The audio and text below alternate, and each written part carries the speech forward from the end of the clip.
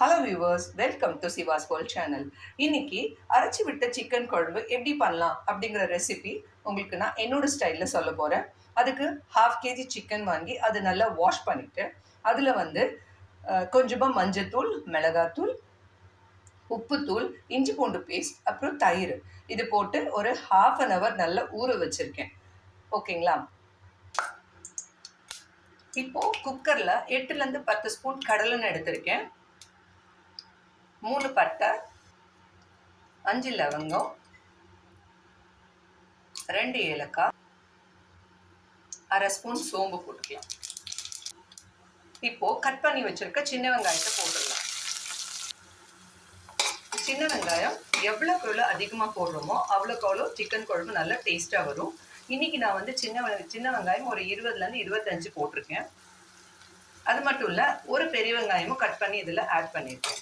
நல்லா கொஞ்சம் திக்காக வரும். அதுக்காக சின்ன வெங்காயமும் பெரிய வெங்காயமும் மிக்ஸ் பண்ணி போட்டிருக்கேன். இது நல்லா வதங்கட்டும்.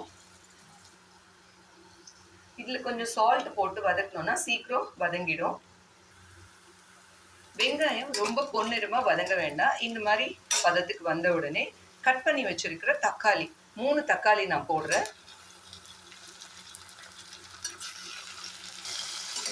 தக்காளி போட்டு நல்லா வதக்கிக்கலாம். இது நல்லா வதங்கட்டும். இப்போது 1 ஸ்பூன் இஞ்சி பூண்டு பேஸ்ட் போட்டுக்கலாம்.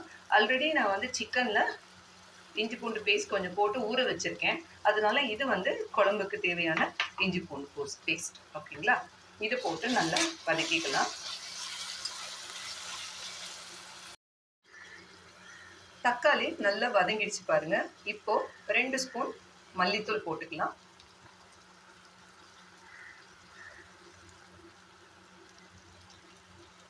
1 ஸ்பூன் மிளகாத்தூள் போட்டுக்கலாம். பச்சை ஸ்மெல் போகிற அளவுக்கு நல்லா வதக்கிட்டு இதில் இப்போ நம்ம ஊற வச்சிருக்க சிக்கனை போட்டுடலாம்.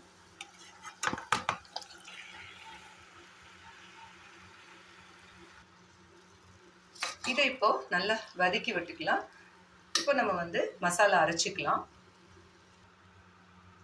தேங்காய் 1 கப் ஃபுல்லாக எடுத்திருக்கேன். அதோட 1 ஸ்பூன் மிளகு 1.5 ஸ்பூன் கூட போட்டுக்கலாம். நான் 1.5 ஸ்பூன் மிளகு எடுத்திருக்கேன். மிளகாத்தூள் சில்லி பவுடர் கம்மி பண்ணிவிட்டு மிளகு நிறைய போட்டு பண்ணலாம். தூக்கலாக இருக்கும், குழம்பு நல்லாயிருக்கும் டேஸ்ட்டாக. இதோட ஒரு 1/2 ஸ்பூன் சோம்பு ஆட் பண்ணிக்கலாம். இப்போ இதை நல்லா நைஸாக அரைச்சி எடுத்துக்கலாம். தேங்காய், பெப்பர், சோம்பு அரைச்ச விழுது இதில் போட்டுட்டு தேவையான அளவு தண்ணி ஆட் பண்ணிடலாம். குழம்புக்கு தேவையான தண்ணி உங்களுக்கு எவ்வளோ வேணுமோ அது மாதிரி ஆட் பண்ணிக்கோங்க. குழம்புக்கு தேவையான அளவு உப்பு ஆட் பண்ணிக்கலாம். இப்போது கொஞ்சமாக கருவேப்பிலையை போட்டு கட் பண்ணி வச்சுருக்க மல்லி இலையும் போட்டு குக்கரை மூடிடலாம். 2 விசில் விட்டு இறக்கிடலாம். அரைச்சி விட்ட சிக்கன் குழம்பு ரெடி ஆயிடுச்சு. எப்படி வந்திருக்கு நம்ம பார்த்துடலாம் வாங்க. வாவ், எவ்வளோ சூப்பராக கலர்ஃபுல்லாக இங்கே பாருங்கள்.